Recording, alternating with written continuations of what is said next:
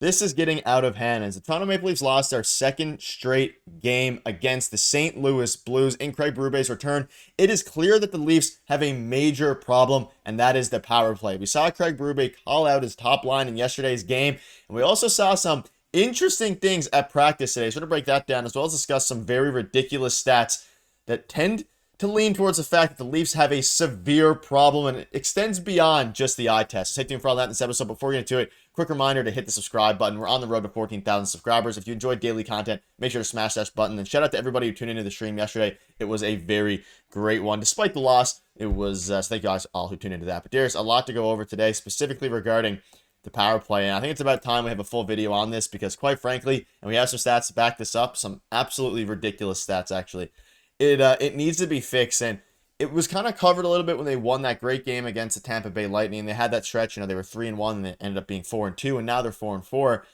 But it's about time that they fix it. And I don't know exactly what they can do, but Jeff O'Neill kind of gave some insight on the Leafs' struggling power play. He said it might be time to pull one of them off and hurt someone's feelings, which coming into the season was something that we thought Craig Berube was going to be willing to do, and he probably still potentially will be. And you see this here, Berube is not happy with the top line after that goal again. So this obviously wasn't directly related to the power play, but the top line was brutal yesterday. They were all -3. We saw William Nylander on the second line have a brutal turnover. Just a mess of a game. But Craig Berube has been calling out his team lately. The power play is an absolute mess. We'll get into a stat here in a minute that highlights that. But Darius, what are your thoughts on the current state of the Leafs and the power play specifically? So like Jeff O'Neill said, I think it's time to start hurting some players' feelings. And we didn't see that at practice so far this morning. The lines are exactly the same, including Max Pacioretty on power play 2, even though he was still considered day-to-day. He's not, taking regular line rushes, but he was practicing on power play 2, which I thought was pretty interesting. There's no real accountability happening right now. Nobody's been taken off power play 1, and it's certainly not working. So, and not only on the power play, but 5-on-5, like you can see here, Craig Berube was getting real upset with the guys last night, specifically line 1. It's just very soft lately. They've been, slow, playing with no urgency. They have to fix that, and they have to fix it quickly because, like I said on stream, I'm not going to panic until we're 15 games into the year. But right now, this is something that they absolutely have to fix because going back to last season, we'll get into the stats, it hasn't been good. Yeah, it's been very bad, and they have no time to think about it, though. I mean, we lost the Leafs lost against the Blue Jackets, and then, of course, they lost against the Blues. But now they play on Saturday. They obviously play against the Boston Bruins. They play on Monday against the Winnipeg Jets. Those are two teams. The Jets, at this point, still undefeated. The Boston Bruins struggling a little bit. They're taking a lot of penalties as well. So it'll be interesting to see how the Leafs, they should have a lot of opportunities in the power play in tomorrow night's game against the Bruins, but they have no time. They need to look ahead. They cannot look in the rear view mirror because if they do, the losses are going to continue to stack up. And the Leafs have been historically a slow start team over the past handful of seasons. They've had some rough, I think 3-4-1 starts. I think last season they were a little bit better than this year, but there's a lot of interesting dynamics here. And here is the stat for you all. So the Leafs power play is 13 for 121 dating back to February 27th.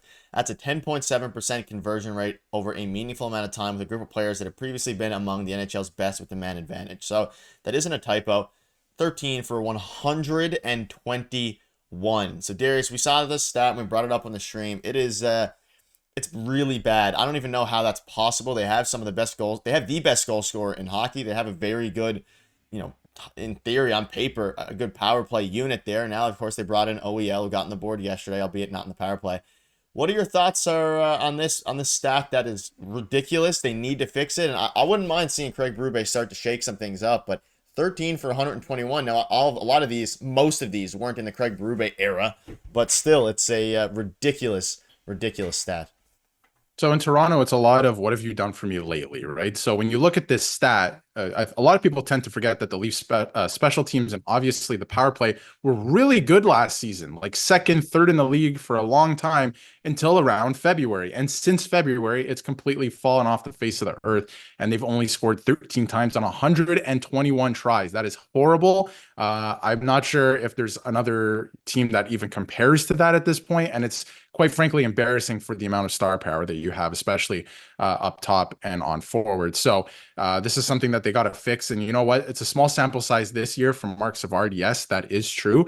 Because, last year Guy Boucher was running it, but, you're seeing a lot of the same bad habits so far this year. And, zone entries were an issue last year. They're an issue again this year, right? So yes, there's a couple different things that they're trying, but it's not working right now. And they have to figure that out in very short order here, because the season's kind of, I don't want to say it's slipping away, but you can really take over the Atlantic Division here. Nobody's really running away with it thus far.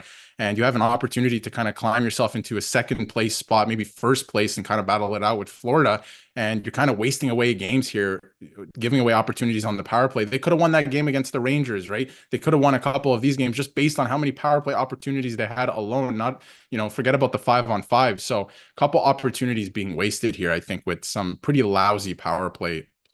Yeah, and the benefit is, or the bright side, I should say, rather, is that at least they beat the Lightning, a division rival, and the division has been pretty lackluster so far, so no one's really running away with it, like you said, so they have some time to make up ground, but they're going to have to do that starting on Saturday. You can see this here, something I've been mentioning a ton in the streams. The problem with the Leafs power play are the static entries. Every team is waiting for the drop pass when Matthews, Nylander, and OEL attack with speed. The Leafs sustain the zone. Otherwise, it falls flat. Leafs had 4 entries during their first power play. The only one that worked was Matthews with speed, and entries have been something that I've been calling out, you've been calling out. Getting set up has been a major problem. We saw Craig Berube speak out about it as well. And it got to the point where, of course, yesterday, fans were throwing their jerseys onto the ice, all these things. They were getting booed when on the power play behind their own net when they were changing lines and getting everything going.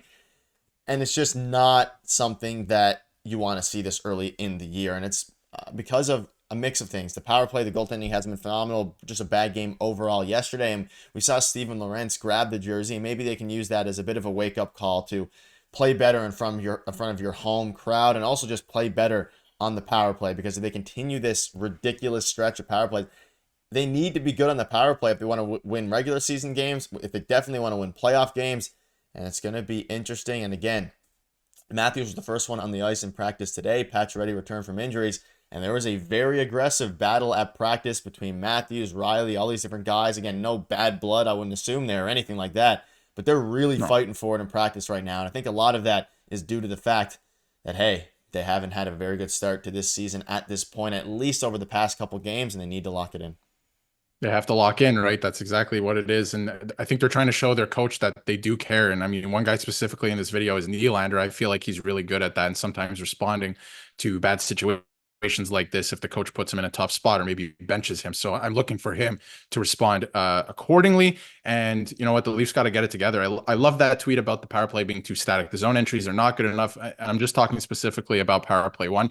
But once they do get set up, everything is very slow and static. Nobody's really moving for each other. They're trying the same plays all the time. Nobody's driving the net. It is a mess. You can put up 57 shots in a game and you're not going to score if you don't drive the net. So it's something pretty simple that I think that they can fix here, but it's just a mental block. They have to get past that, and I think they'll be okay if they're able to do that. But that has been something that's plagued the Leafs for a very long time now, and they got to get this under control. They got to fix it, and they might have to hurt some people's feelings in the process, and that's fine because it's about the Toronto Maple Leafs right now. It's not about any one player anymore. Yeah, and whether that's taking out a guy like Marner, whether that's doing some benching, or just, I mean, they already changed the power play 1 and power play 2. They brought up OEL to put him on the power play 1. So there's only so much you can do at some point, and at the end of the day, it's up to the players to produce. And obviously for the power play specifically, the structure is a big part of it. But it's good to see that Austin Matthews was back there on the ice, as well as, of course, the battles that are going to ensue. And there's going to be a battle tomorrow against the Boston Bruins. Going to be a very